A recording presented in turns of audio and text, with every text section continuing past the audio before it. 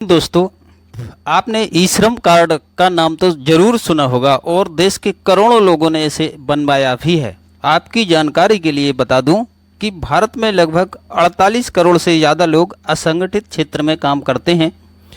असंगठित मजदूर मतलब ऐसे लोग जो मेहनत मजदूरी करके अपना घर चलाते हैं, जैसे रिक्शा चालक, ठेला चलाने वाले, सब्जी बेचने वाले, ड्राइवर, राजमिस्त्री, कारपेंटर, सिलाई का काम करने वाले, पंचर बनाने वाले, फैक्ट्री मजदूर और ऐसे बहुत सारे लोग जिनके काम का कोई स्थायी संगठन नहीं होता। उन्हीं लोगों को ध्यान में रखते हुए भारत सरकार ने ई श्रम कार्ड योजना शुरू की थी। जब ई श्रम कार्ड बनना शुरू हुआ तो कई लोगों के खाते में 500-500 रुपये की सहायता राशि भी आई, खासकर उत्तर प्रदेश और कुछ राज्यों में।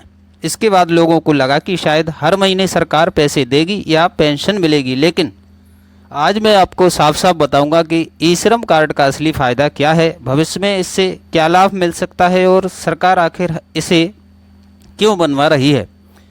अगर आपने ई श्रम कार्ड बनवा लिया है तो भी यह जानकारी आपके लिए बहुत ज़रूरी है, और अभी तक नहीं बनवाया है तो वीडियो पूरा ज़रूर देखिएगा, क्योंकि आप अभी भी इसे आसानी से बनवा सकते हैं। वीडियो पसंद आए तो लाइक करिएगा और कोई सवाल रह जाए तो कमेंट में पूछिएगा।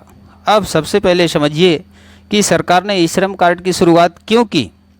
सरकार चाहती है कि देश के सभी असंगठित मजदूरों का पूरा रिकॉर्ड तैयार हो जाए, क्योंकि लाखों ऐसे मजदूर हैं जो अलग अलग तरह का काम करते हैं लेकिन ना उनके पास कोई सरकारी पहचान होती है।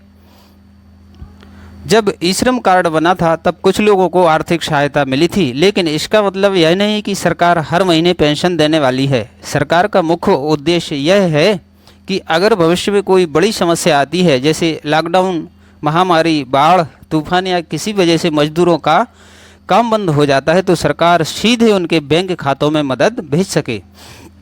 ई श्रम कार्ड बनवाने के लिए आधार कार्ड, बैंक अकाउंट और मोबाइल नंबर जरूरी होता है। इससे सरकार के पास आपका रिकॉर्ड सुरक्षित रहता है। अगर भविष्य में कोई संकट आता है तो सरकार ज़रूरत के हिसाब से मजदूरों को सहायता राशि भेज सकती है। इस कार्ड का दूसरा बड़ा फ़ायदा यह है कि यह आपकी पहचान बन जाता है। मान लीजिए आप किसी दूसरे राज्य में काम करने चले जाते हैं, जैसे दिल्ली, मुंबई, चेन्नई, बेंगलुरु या कोलकाता। वहाँ अगर कोई पूछता है कि आप क्या काम करते हैं तो पहले आपके पास कोई प्रमाण नहीं होता था, लेकिन अब ई श्रम कार्ड यह साबित करता है कि आप एक असंगठित मजदूर हैं और आपका डेटा सरकार के पास मौजूद है। अगर आप किसी कंपनी, फैक्ट्री या काम की जगह पर ई श्रम कार्ड दिखाते हैं तो लोगों को भरोसा हो जाता है कि आप अनुभवी कामगार हैं, काम करने वाले हैं।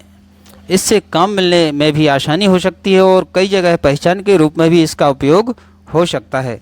सरकार के लिए भी यह कार्ड बहुत ज़रूरी है, क्योंकि इससे देश के मजदूरों का डेटा तैयार हो रहा है। पहले कई योजनाओं का लाभ ऐसे लोग भी उठा लेते थे जो असली ज़रूरतमंद नहीं थे, लेकिन अब सरकार के पास रिकॉर्ड रहेगा कि कौन वास्तव में मजदूर है और ज़रूरत पड़ने पर सहायता सीधे उन्हीं लोगों तक पहुंचेगी जिनके पास ई श्रम कार्ड होगा।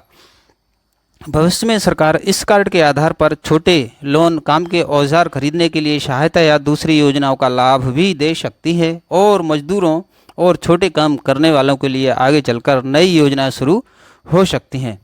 बहुत लोग पूछते हैं कि अभी ई श्रम कार्ड से ज़्यादा फ़ायदा क्यों नहीं मिल रहा। इसका कारण यह है कि अभी भी करोड़ों लोगों ने कार्ड नहीं बनवाया है। सब ज़्यादा से ज़्यादा मजदूर रजिस्टर हो जाएंगे, तब सरकार के लिए योजनाएं लागू करना आसान हो जाएगा। सबसे अच्छी बात यह है कि इस कार्ड से कोई नुकसान नहीं है। यह आपके लिए भविष्य की सुरक्षा की तरह है। जैसे आयुष्मान भारत कार्ड बीमारी के समय काम आता है, वैसे ही ई श्रम कार्ड संकट के समय मदद कर सकता है। अगर आपने अभी तक ई श्रम कार्ड नहीं बनवाया है तो जल्दी बनवा लीजिए।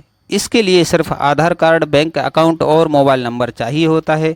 आप ऑनलाइन आवेदन कर सकते हैं या फिर किसी common service centre, cyber cafe या जन सुविधा केंद्र जाकर आसानी से बनवा सकते हैं। वहां आपका रजिस्ट्रेशन करके तुरंत रसीद दे दी जाती है और बाद में कार्ड प्रिंट करके मिल जाता है। आप देश के किसी भी राज्य में रहकर इसे बनवा सकते हैं। जरूरी नहीं है कि अपने गांव जाकर ही आवेदन करें, जहां काम कर रहे हैं वहीं से आवेदन किया जा सकता है। तो दोस्तों, ई श्रम कार्ड आने वाले समय में मजदूरों के लिए बहुत महत्वपूर्ण साबित हो सकता है। जिन्होंने बनवा लिया है उन्हें चिंता करने की ज़रूरत नहीं है, और जिन्होंने अभी तक नहीं बनवाया है उन्हें जल्द बनवा लेना चाहिए। अगर वीडियो अच्छा लगा हो मित्रों तो लाइक, शेयर और चैनल को सब्सक्राइब जरूर कीजिएगा। मैं समय समय पर सरकारी योजनाओं, बैंक, पोस्ट ऑफिस, रेलवे और नई स्कीमों की जानकारी देता रहता हूं। अगर किसी और विषय पर वीडियो चाहिए तो कमेंट बॉक्स में ज़रूर बताइएगा। धन्यवाद। जय हिंद दोस्तों।